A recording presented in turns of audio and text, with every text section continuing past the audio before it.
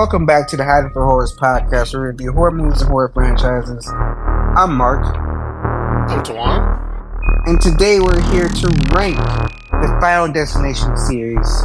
We've watched all 5 movies, and now it's time for us to rank them from worst to best. Tawan, what's in your number 5 spot for the Final Destination ranking? Can I say it for both of us? Yes, because you'll be right. Yeah, so in the number 5th spot for Final Destination movies is the Final Destination / Final Destination 4. Yeah, just out of watching all the movies, well, I didn't even have to watch all the movies again to know that this was my least favorite. But out of looking at all of them again, though, you can kind of see just the lack of quality that Final Destination 4 gives. And I really feel as if we didn't get Final Destination 5 with its return to form, that Final Destination 4 would have been our kind of death blow to the series, had it not, got a sequel, which I only think it did because I think this was the one that made the most at the time. I think this one's the highest grossing one out of all of them. So, it makes sense that they will still greenlight a sequel, even though it didn't do good that critically. But we know horror movies, they kind of, it depends on, how it does critically. But with this one specifically, I agree very much with the critics and fans on it. It just, it was not up to par. It felt like they, prioritized the whole 3D stuff going into this one. I didn't really care for the opening sequence, which is, what sets us up for the whole rest of the movie. And as I mentioned in some of our other reviews, I think the whole reason why it didn't really do anything for me personally is it doesn't go off of any innate fear that most people have that the other opening sequences are connected to, or something that is slightly more plausible, like going across all the rest of the movies. The first movie, plane crash; second movie, car pile up, car crash; third movie, roller coaster; and then the fifth movie, bridge collapse. All of those things are something that people possibly have a fear of already, or are slightly paranoid that could happen.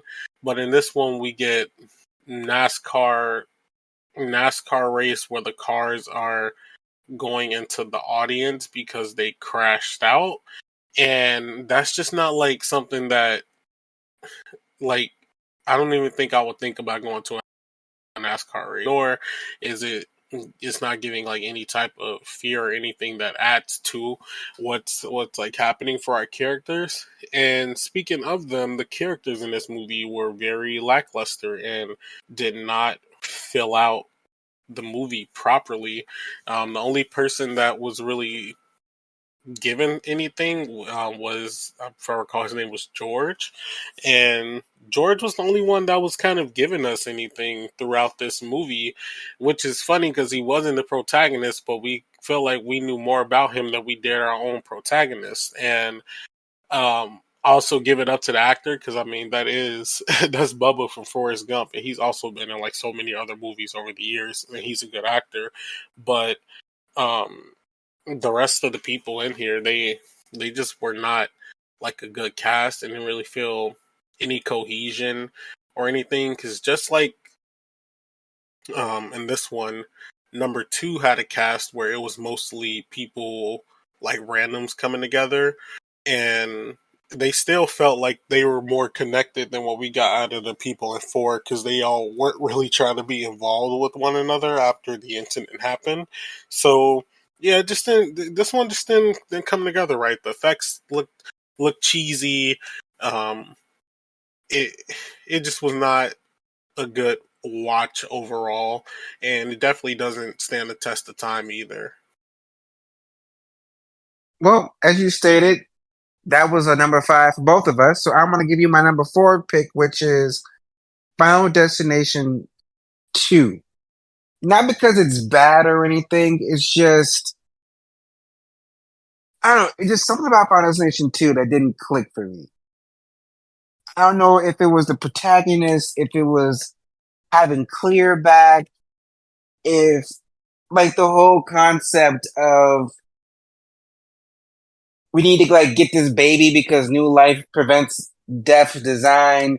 It just actually I know what it is. I know why it's a number four because it sets up a messy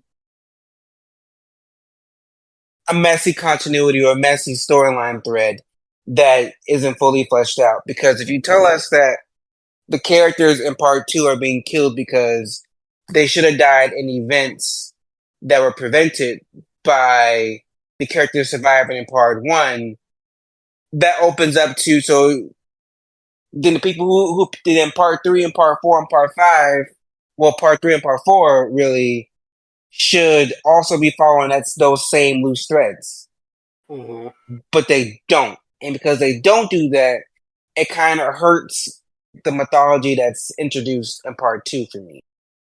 So that's why it's a number four for me. But what's at your number four, Tuan? My number four, which I was debating, I think it also is Final Destination 2 as well for me. And yes, I do like this like entry in there, and I still agree with the cash that I gave it back during the episode. But after thinking on it a little more, I feel as though with this one, the the intro premonition scene is so strong that it does carry a lot of the rest of the movie on. And because I feel as though like the kills and stuff in this one, they kind of carries the movie a lot, and which some people will say is like the point of like all of these is getting those kills. But once we get to the others that we will be, we'll rank up, I feel as though this one at least is carried the most by what we get within it. Because unlike four, where it had lackluster premonitions, some kills, and then also the characters, I feel like this one had lackluster characters overall. Now we got a little bit out of some of them, and they definitely felt like real. Like that scene where like after Nora lost her son and then she died, like that actress was really good, but I don't feel like all of them kind of came together really well or meshed together enough for me throughout the movie. But everything else within it, like, the ideology that was given from Bloodworth, and then like the kills and the intro sequence, the premonition scene, everything, all that added up really good for this movie. And I think that's why it might be my number four. But it's still one of my favorites, though. Oh, so what's in your number three spot? For my number three spot, I will put Final Destination 5. Yeah. I will put Final Destination 5 in my number three spot. Final Destination 5 was really well put together. I've talked about it a lot in the actual review, but the ending where it connects back to the first movie is just is just so interesting to me, because it's just so unexpected when you first watch it that you're like, no fucking way, this is what's going on right now. And we know that there's nothing that these characters can do at this point in time, and they're just like stuck there. They're gonna get out, because we know only Alex and friends got off that plane in the first movie, so we know they're gonna be stuck there, and nothing else is gonna happen for them. So, like, for them to get off, so it was just that feeling of dread, because that there's nothing that these characters can do to get off this plane right now, and we know that this plane is about to explode once it takes off. So that was just a really cool full circle moment. And honestly, if well, I'm glad it's still going on, but if the series had ended there, that would have been like a cool way to end the series, because it'd just be a loop at that point, showing us that there's never really ends. But it was just really cool how it all played out, and then also going back to that mythology of that was given by Bloodworth in this one, where you have to take if you take someone's life, you get like the rest of their like lifespan yourself. that was like another good way to add on to it because it brought like an extra moral dilemma to the characters and what they would do to try to save themselves, which we saw with Peter in the movie, where he was like kind of following like this woman around. He was contemplating like pushing her into traffic, but he eventually did kill the police officer in the movie. And after that point though he went a little crazy with it, but it was just giving them that type of option of what they could possibly do was interesting in this movie. So yeah, I think Final Destination 5 would be my third pick, and I definitely still cash it and think it's one of the best in the franchise.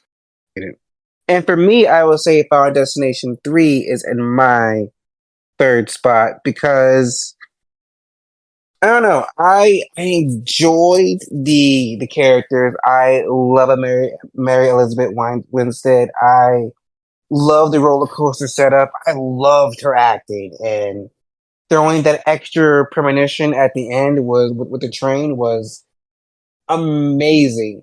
But like I said in the review, we only really got to know her and maybe her sidekick, but no one else was really fleshed out at any point. And using the pictures was what told us who and how they were gonna die. I don't know. It's just there's so much. It's a good movie. It's not bad, but for me, there were things that could have been better, and those things really stood out. Like I stand by my cash, of course, but there were improvements that could have been made. And in saying that, I say that Final Destination 5 is at my number two because I felt like we had at least three to four characters fleshed out. The script seemed very together. The kills were inventive. They were shot well. They were edited well. And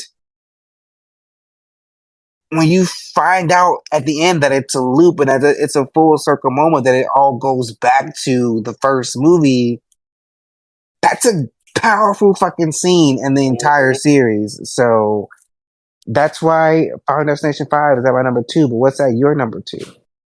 My number two is actually Final Destination 1, the first one. Um, this one still very iconic movie. The way that it all kind of, obviously it starts it off.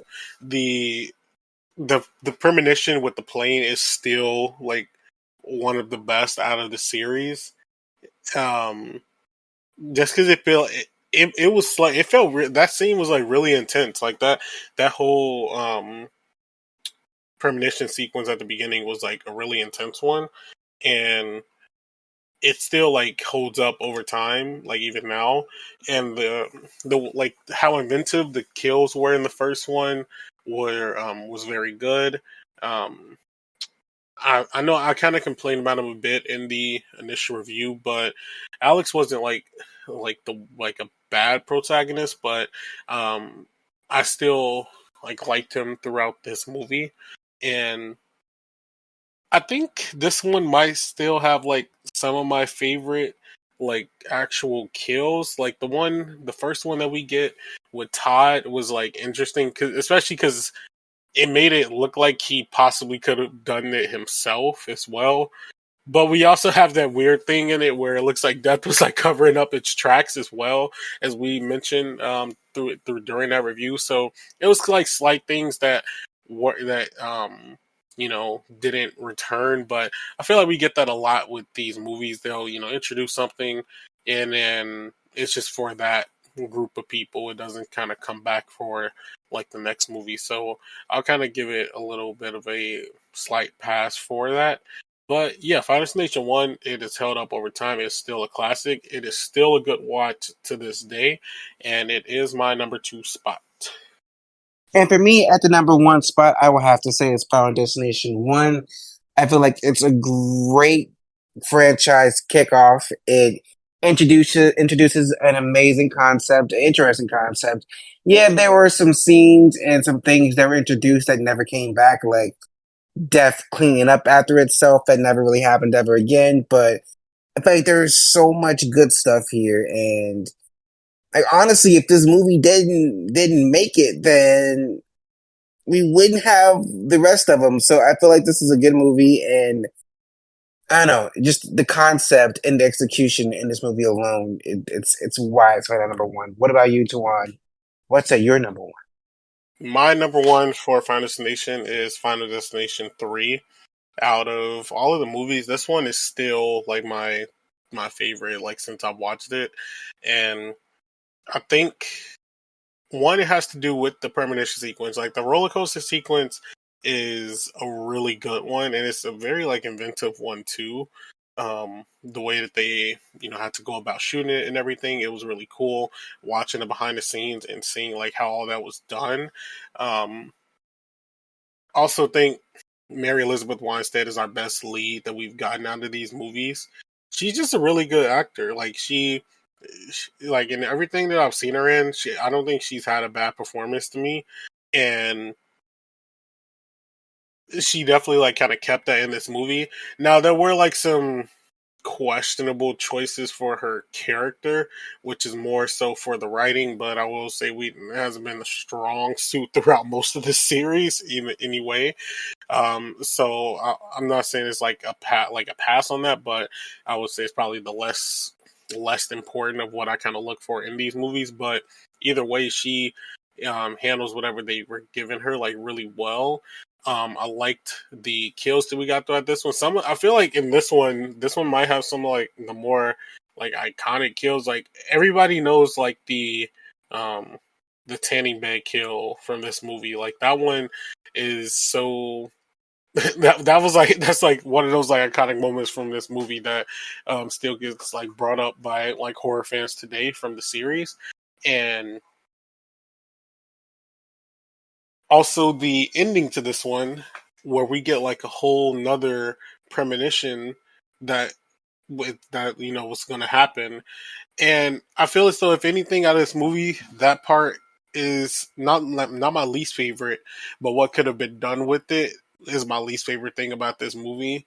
As I mentioned in the review with Mark, um, I wish that ending would have set up another sequel, because that could have been someone else's. That while it was Wendy's final premonition of her dying, that could have been another group's like premonition for them to go into another movie.